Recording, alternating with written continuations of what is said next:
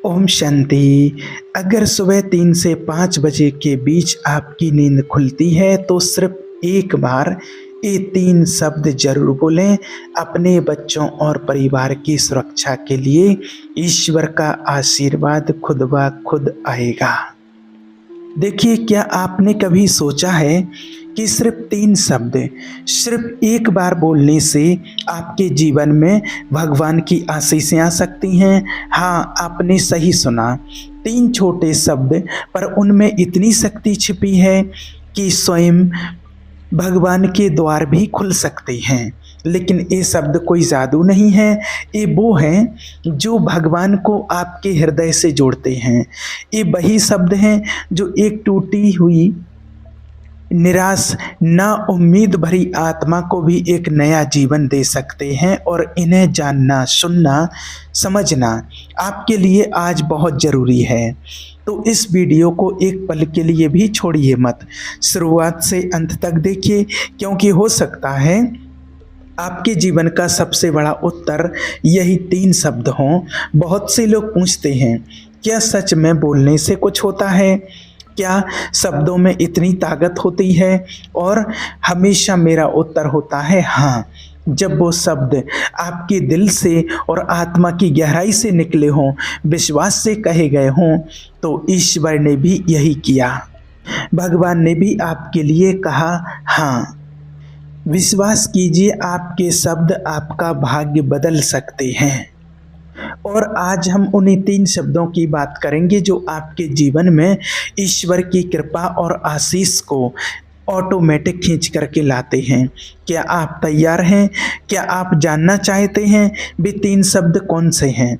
तो अभी आप कहीं मत जाइए, बस अगले ही पल आप जानने वाले हैं कि वो 3 शब्द जिनके साथ आपका हर दिन एक ईश्वर की आशीष से भर सकता है। अब आप सोच रहे होंगे कि वो ऐसे 3 शब्द कौन से हो सकते हैं जो हमारे जीवन में इतनी बड़ी आशीष ला सकते हैं।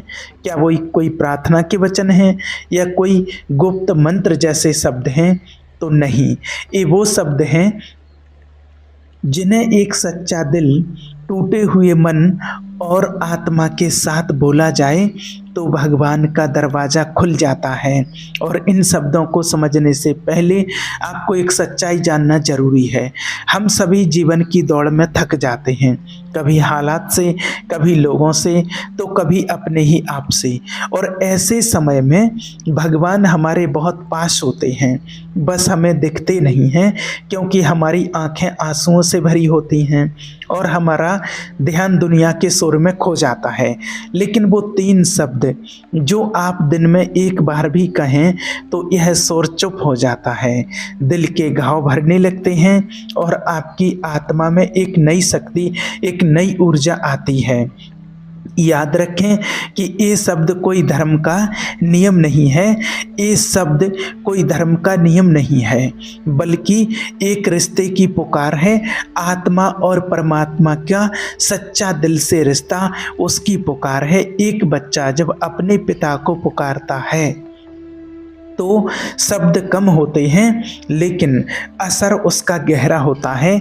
यही 3 शब्द आपको ईश्वर से फिर से जोड़ सकते हैं, आपके टूटे हुए जीवन को फिर से संभाल सकते हैं, आपकी आत्मा को ऊर्जावान बना सकते हैं। तो क्या आप जानना चाहते हैं वो 3 शब्द?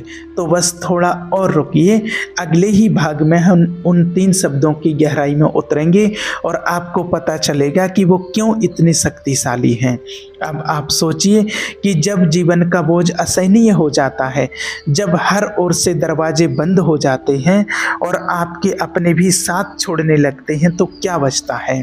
केवल एक ही चीज़, एक पुकार। और वो पुकार जो आपके दिल से निकलती है, ना बनावटी होती है, ना शब्दों में लिपटी हुई होती है, वो सीधे ईश्वर तक पहुंचती है। और उस समय जब कोई रास्ता नज़र नहीं आता है, जब आप खुद को अकेला महसूस करते हैं, तो अगर आप एक शब्द बोलें, प्रभु, हे परमात्मा, यही है पहला शब्द, हे प्रभु, तेरे सिवा मेरा और कोई नहीं। मेरा तो एक शिव बाबा, दूसरा और कोई नहीं। प्रभु एक ऐसा शब्द है जो कोई विशेष धर्म, जाति या भाषा नहीं देखता है, बल्कि वो परमेश्वर तक एक बिखरी हुई निराश आत्मा की पुकार बन जाता है। जब कोई व्यक्ति अपने दिल से कहता है या कोई पाप करने वाला भी कहता है कि प्रभु मुझे बचाओ, जब एक माँ कहती है अपने दिल से कि प्रभु मेरे बच्चे को संभालो, मेरे परिवार की रक्षा करो, जब एक जवान कहता है प्रभु मुझे राह दिखाओ, तो आपके लिए आकाश से जरूर कोई उत्तर आता है। प्रभु कहना कोई शब्द नहीं, ये एक संपूर्ण समर्पण है। ये तो हम सभी जानते हैं, हमारे शास्त्रों में भी लिखा गया है कि जो दिल से कोई प्रभु को पुकारेगा, ईश्वर का नाम लेगा, वो उद्धार पाएगा। जब आप प्रभु कहते हैं दिल से, तो आप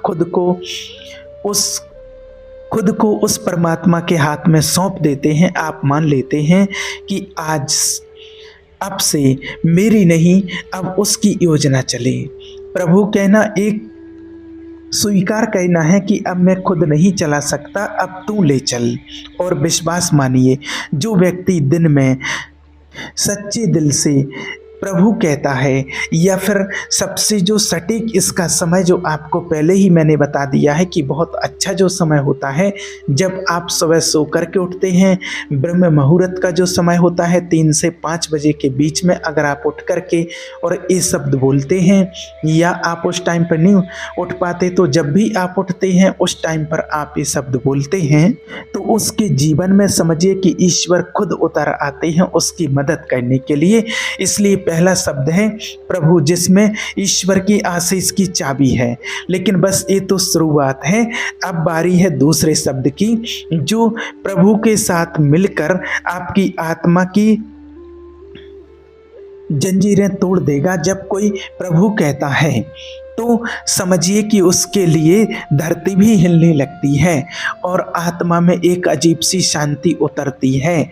लेकिन क्या ये पुकार अकेले काफ़ी है? क्या सिर्फ प्रभु कहने से सब कुछ बदल जाता है? कई बार नहीं, क्योंकि सिर्फ पुकारना नहीं, स्वीकार करना भी बहुत ज़रूरी है। परमेश्वर सिर्फ सुने जाने के लिए नहीं है, वो चाहते हैं कि हम उसे पहचानें, उसे जानें और उसके सामने झुकें। जब इंसान जीवन की ऊंचाई पर होता है तो वो खुद को काफ़ी समझता है, लेकिन जब वो अपने अंदर से कभी टूटता है, गिरता है, अंधेरे में भटकता है, तब उसे एहसास होता है कि एक शक्ति है उससे ऊपर, जिसके बिना वो कुछ नहीं। और वहीं से आता है दूसरा शब्द, क्षमा। जब कोई प्रभु को पुकार कर कहता है, हे प्रभु मुझे क्षमा करो, मेरे पापों को माफ़ करो, मेरी गलतियों को क्षमा करो, तो वो सिर्फ एक शब्द नहीं कहता है, वो अपनी गलतियां मानता है, वो अपनी आत्मा को खोल देता है, प्रभु क्षमा करो। यानी मैं आपके सामने खड़ा हूँ अपने पापों, अपनी कमजोरियाँ और अपनी असफलताओं के साथ, और मैं आपसे कहता हूँ, हे प्रभु परमात्मा मुझे माफ़ कर दो, मेरी गलतियों की क्षमा कर दो। देखिए, स्वयं परमात्मा कहते हैं, हमारे शास्त्रों में भी लिखा है कि अगर कोई अपनी गलतियों का एहसास कर ले और जो गलती एक बार कर दी है उसकी भूल सुधार ले, वो गलती फिर से ना हो और पश्चाताप कर ले, सच्चे दिल से उसको मान ले, तो भगवान उसकी गलतियों को भी माफ़ करते हैं और उसको आगे के लिए रास्ता दिखाते हैं। तो क्या आपने कभी अपने पापों के लिए भगवान से क्षमा मांगी है? क्योंकि जब आप अपने पापों के लिए कहते हैं प्रभु मुझे क्षमा करो, तो आप अपने अंदर की गंदगी को उसके पावन हाथों में सौंप देते हैं। ये शब्द आपके और ईश्वर के बीच की दीवार को गिरा देते हैं, ये आपको नया बनाते हैं और आपको अंदर से शुद्ध करते हैं, और तब ईश्वर आपके हृदय को साफ कर देते हैं। प्रभु पुकारना एक आस्था है, लेकिन क्षमा मांगना एक नम्रता है, और यही नम्रता आत्मिकता आपको ईश्वर के और करीब ले जाती है, आपको ईश्वर से जोड़ती है। अब तक 2 शब्द हुए हैं, प्रभु और क्षमा, लेकिन रुकिए, अब भी एक और शब्द बाकी है जो इन दोनों को पूरा करता है, जिसके बिना ये वाक्य अधूरा है और आशीर्वाद भी अधूरा है।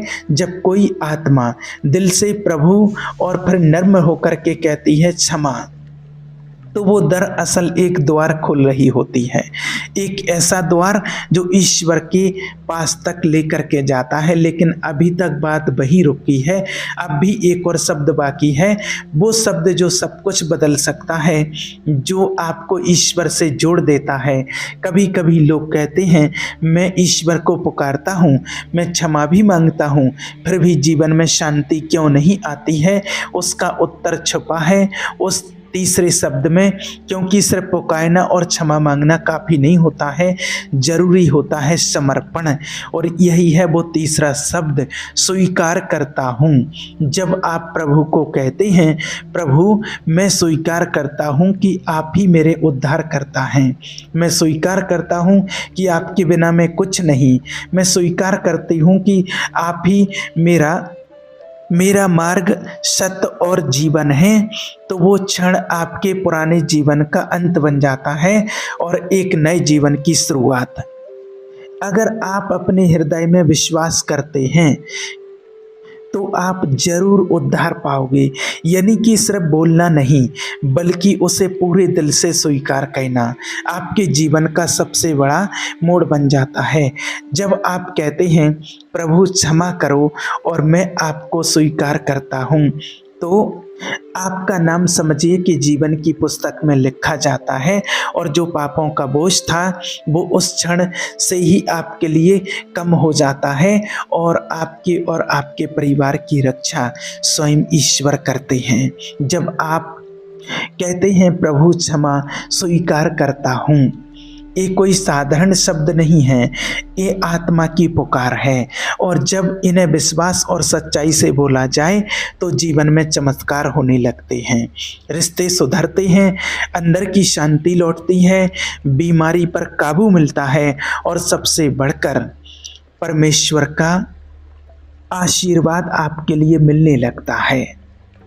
तो अगर आपने इन 3 शब्दों को आज तक सिर्फ मुंह से कहा है, मुंह से बोला है, तो अब समय है इन्हें दिल से कहने का।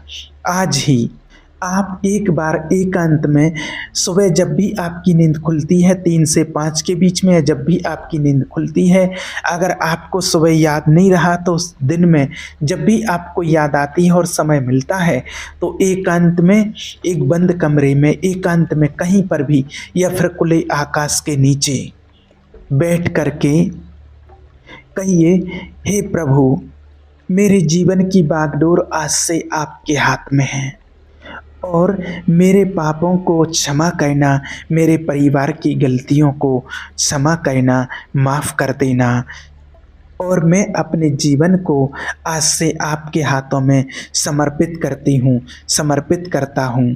तो फिर देखना कैसे ईश्वर का आशीर्वाद आपके जीवन में आने लगता है, कैसे ईश्वर की अनुभूति आपको होती है कि जैसे भगवान आपको स्पर्श कर रहे हों और कहते हैं कि हे प्रभु अब आज से आप मेरे हो। और ये शब्द आपके मुंह से नहीं, आपके दिल से, आपके अंतरात्मा से निकलते हैं, तो वो सिर्फ बोलना नहीं होता है, वो आपकी अंतरात्मा की आवाज़ होती है। और याद रखना कि भगवान ऐसे सच्चे दिल को कभी नहीं ठुकराते हैं, जो उनके सामने झुकते हैं वो हमेशा उनको ऊंचा उठाते हैं। और आज से ही सुबह उठते ही अगर आप इन 3 शब्दों को एक बार भी बोलते हैं तो समझिए कि आज से ही आप अकेले नहीं हैं, आपके जीवन में ईश्वर का आशीर्वाद खुद ब खुद आने लगेगा और ईश्वर का दरवाज़ा आपके लिए अपने आप खुलने लगेगा और आपका मन सच्चे आनंद से भर जाएगा। ओम शांति।